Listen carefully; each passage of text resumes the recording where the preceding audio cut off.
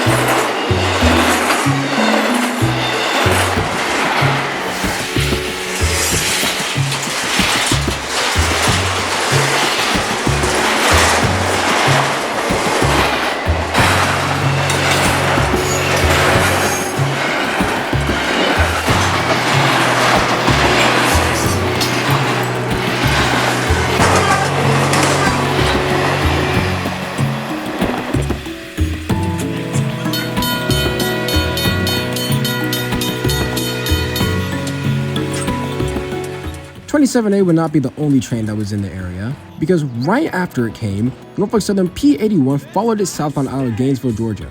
And me and that model guy barely managed to snag it in Oakwood, Georgia.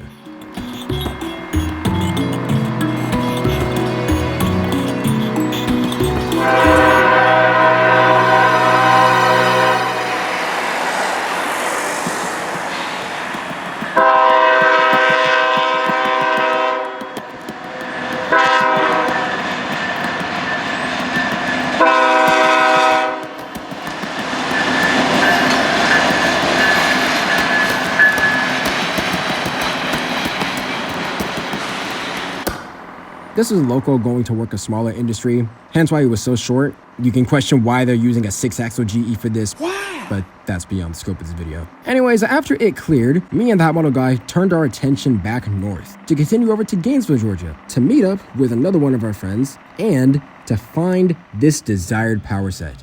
Here, we are looking at the power of Norfolk Southern 44R with a white-faced -9 on the front and Norfolk Southern 1067. The Reading Lines Heritage Unit trailing second. The Reading Lines is a company that operated in eastern Philadelphia before eventually being acquired by Conrail in 1976. Conrail eventually dissolving, and its units going to Norfolk Southern and CSX. This specific Heritage Unit is a 4,300 horsepower SD70 ACE, one that had actually been repainted recently, but railroad service is not the cleanest of industries. Disgusting. Painted in the B-Line service scheme. The B-Line service was a specific Reading Lines operation practice that was introduced in January of 1966. Basically, a shipper had to give the railroad at least a 2 hours notice, and a train being within 5 to 20 cars would have a 3-man crew on it that would essentially complete the task of the shipment. The cost of the operation of a given train was made on a mileage basis, and it was limited to 1 pickup or 1 set-out. And this service was specifically produced to be a sort of expedited railroad option that would compete with trucking in the late 1960s, which wasn't all that successful because I don't believe it lasted even 10 years.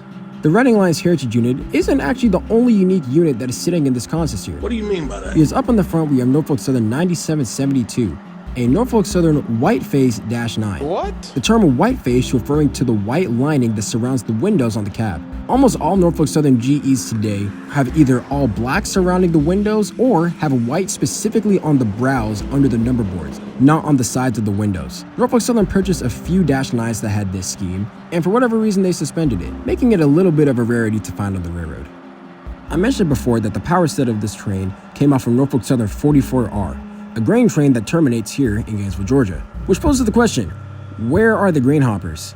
They weren't taken by these locomotives here, which are actually set aside likely to work for Norfolk Southern P81 today. To figure out where these cars went, all we have to do is turn around. It's popping! Because suddenly, the cargo locomotives that have been assigned to service the Gainesville plant here appeared off on the spur track with Norfolk Southern 44R's loaded hoppers. At this point, they've taken the hoppers and are currently servicing them at the plant here, taking cuts of the original long train that had been brought in by 44R and moving them into the plant so that the grain cars can be unloaded, until eventually Norfolk Southern 45R will assemble all of the emptied out hoppers and take them back to where they came from.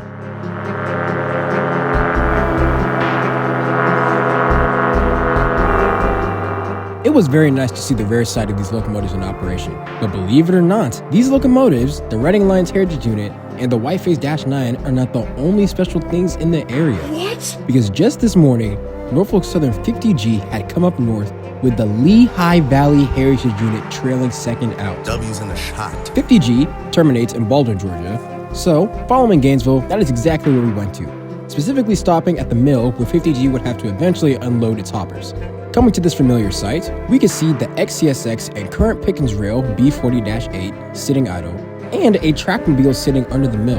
A trackmobile that I believe that we've seen at the other mill during one of our previous adventures up into Baldwin, but I don't have any confirmation of that. Anyways, it was pretty quiet and there was no sign of 50G anywhere until all of a sudden,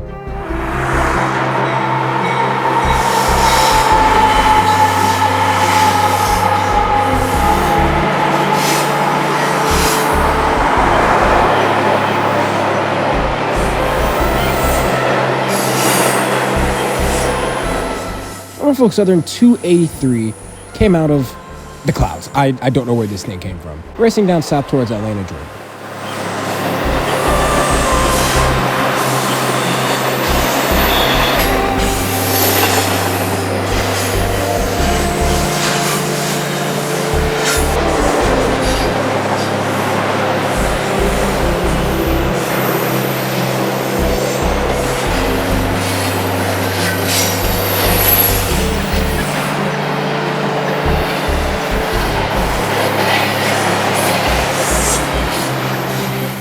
It's always nice to get jump scared by a train, but we are still looking for 50G and it is nowhere to be found. However, if you looked closely, you may have noticed that 283 was diverging from Main 2 onto the single track, which means that there was something on Main 1 that probably made 283 divert to Main 2 in the first place. And so, me and the crew continued north just a little bit to this pullout to find Norfolk Southern 50G beginning to inch south towards the mill. Now you may be wondering, why are the locomotives backwards? Huh? Well, let me break it down for you.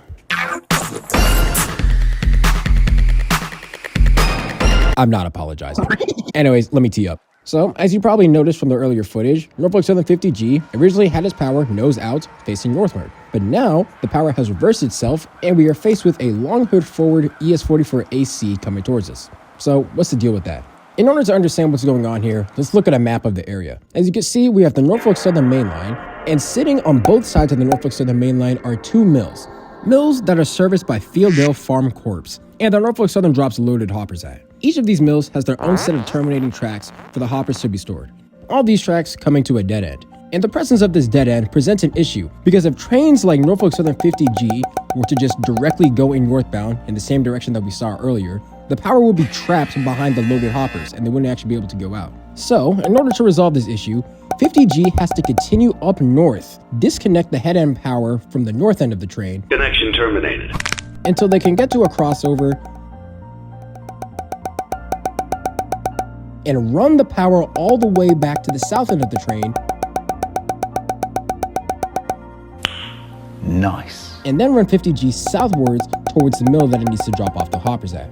That way, the locomotive power is in front and can actually shunt and reverse these loaded hoppers into the terminating tracks for the mill that it's servicing. And since there isn't any Y or anything like that, the orientation of the southbound power is at the mercy of how the power was arranged when it was coming up north. And so, since the last unit had its tail end facing southbound, so will the tail end continue to face south as 50G makes its southbound leg towards the mill, bringing the Lehigh Valley Heritage Unit right before our eyes in the process.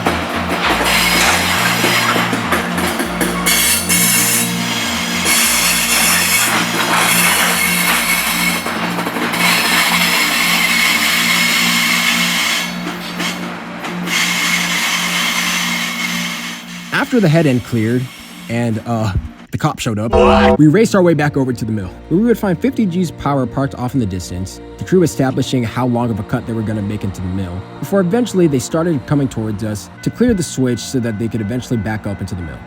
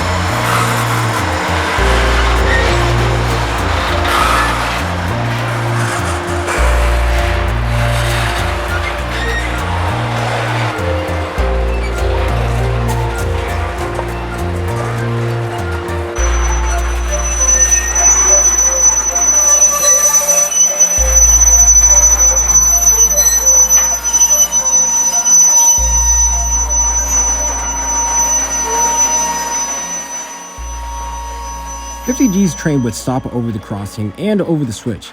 I believe at this point, I recall that the conductor was talking about cutting 35 cars to cut into the mill.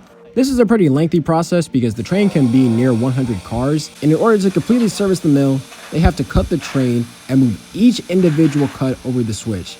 However, with the train not moving for a little bit, we decided to drive down the street and see what view we could find of the Lehigh Valley Heritage Unit.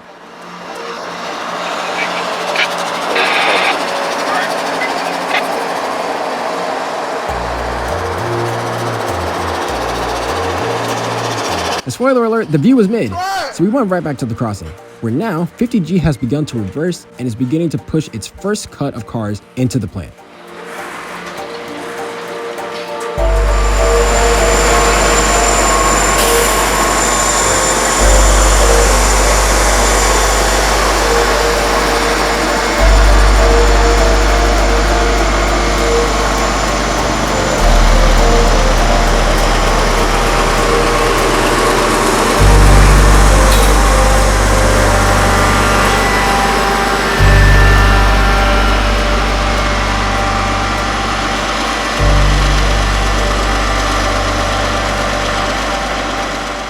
And with 50G continuing to do its work and the crossing finally be cleared, me, that model guy, and NS Train from YT finally started making our way to where we have actually been trying to go this entire time. Bro, what are you talking about, man? Believe it or not, my friends, these heritage units have been side quests. Yes!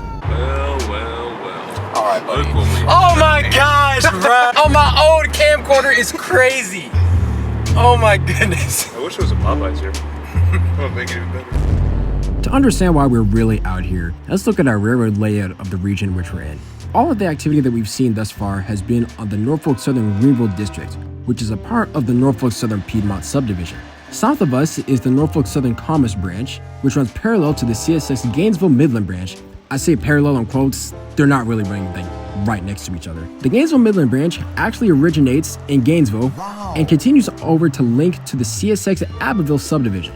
And believe it or not, all these different railroad branches and railroads are connected via one company, the Hartwell Railroad. The Hartwell Railroad is infamous for having the most random and old and vintage power still being used to service its trains. Sensational. This short line links up with the Northfolk Southern Piedmont subdivision in Toccoa, Georgia, where Norfolk Southern and the Hartwell interchange cars, and the line continues all the way down to the CSX Abbeville subdivision. Additionally, the Hartwell Railroad also connects the Norfolk Southern Commerce Branch with the CSX at Abbeville subdivision, with a little bit of trackage that originates in Athens, Georgia. This little branch being rather infamous for having an old Conrail and Illinois Central Jeep pair servicing the rails here. Incredible. Regardless, however, Athens was very far, much farther than we could journey today. So from Baldwin, Georgia, where we had been watching 50G service the mill up there, we were going over to continue over to Toccoa, Georgia, specifically heading to the Amtrak station to meet up with the main man, Atlanta Railfan Productions.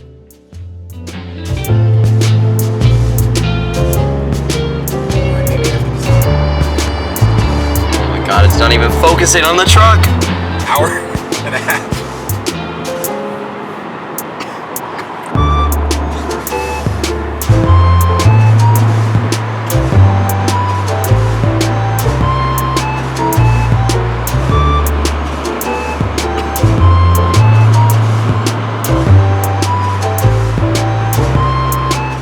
And from there, we would make our journey down the Hartwell Railroad, making our first stop in Leonia, Georgia, where we would finally see some power and experience heartbreak.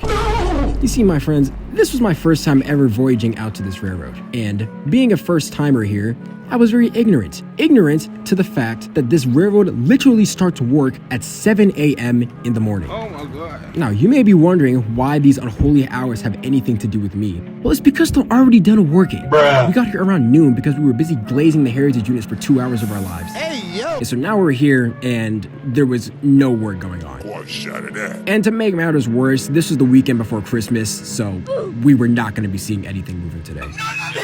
A little bit tragic, I know, but we do get to see a lot of very, very vintage power on display here. The most striking in Leonia, Georgia, being the J. This pumpkin of a locomotive is an EMD SD38, a 2,000 horsepower engine built in February of 1970 for the Elgin, Joliet, and Eastern Railway of Gary, Indiana, Boy, ain't no way, boy. before somehow it made its way down south all the way to North Georgia, where now it bears the reporting markings HRT under its number to indicate it belongs to the Hartwell, but it so proudly displays its origins with the large The J sitting on the front. Sitting adjacent to the J here is Conrail 1973, or rather I should say Hartwell 1973, an ex-Conrail GP38 that is still well and active on this main line, now sitting in the shadow of a shed that is sitting adjacent to a very old brick building whose origins to me are unknown. As you can tell, this is a very old town, and these equally old locomotives add to the picture, which, despite bearing some rather modern comedy on them, still testifying to the engineering of the units and how long they've been in service. Though the blue is faded, the spirit of Conrail lives on, with the very faint markings of this fallen flag railroad still showing themselves amidst the deep rust of this unit. I mentioned before that this is a very old and vintage city, and the locomotives that are active on the Hartwell are not the only testaments to that, because there's a lot of rundown, frankly, engineering fossils just sitting on the rails here, including this example of maintenance equipment in faded pink paint. Hey, who is Kyle over there? What a nerd. Hello there. Go away! Some more maintenance equipment sitting right next to the J, and looking right behind it, we see this locomotive. Good evening. This locomotive, 136, being a former Richmond, Fredericksburg, and Potomac Railroad unit, or RFMP. And if the scheme looks familiar, it is because this is the same RFMP whose logo got vandalized onto a CSX Jeep in Cedartown. And you can see the resemblance of the paint scheme with the triangular shape on the nose. Despite the unit in Cedartown, however, this unit is dead. It has reportedly been sitting here for a very long time, and as far as I know, it's just going to be a victim of the elements until someone decides to do something with it. The railroads aren't the only thing showcasing their vintage attributes, because just next to the Hartwell line here is a lot of very vintage cars just sitting out rusting. Whoa. I don't know if there's a junkyard nearby, if someone actually owns these, but it just makes this place seem even less real. Like, this just seems like a giant museum of a region that I'm in. A giant museum showcasing how engineering used to operate in the past. The age of all these things honestly making it being here much more cool, even if nothing is moving, because a lot of the things that we're seeing here, you won't see anywhere else.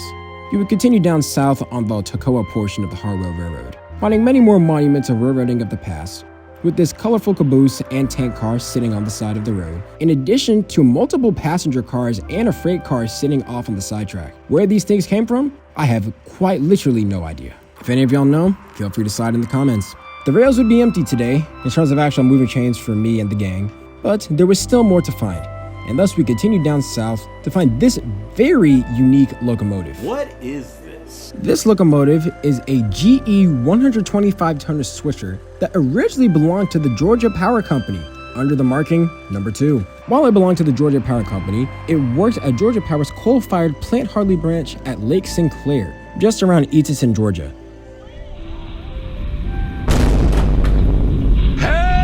Oh my God.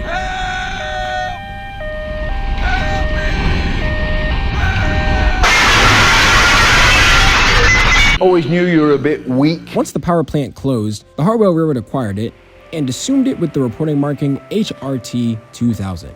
This locomotive is very unique because the cab is actually in the center of the frame. Additionally, it is very, very old. It was built in 1964, so at the time of recording this footage, it was almost 60 years old. And its age is very evident with these B-style type trucks that it has, with a configuration of springs that you definitely won't see on any modern locomotives today. This unit sits in an open field next to a cemetery near the Hartwell branch of the Hartwell Railroad, and there is activity with the industry off to the left and with even the cut of cars behind the locomotive. Regardless, as for today, this locomotive just sits here, not doing any action, but definitely providing a nice piece to this rural picture that's right before us.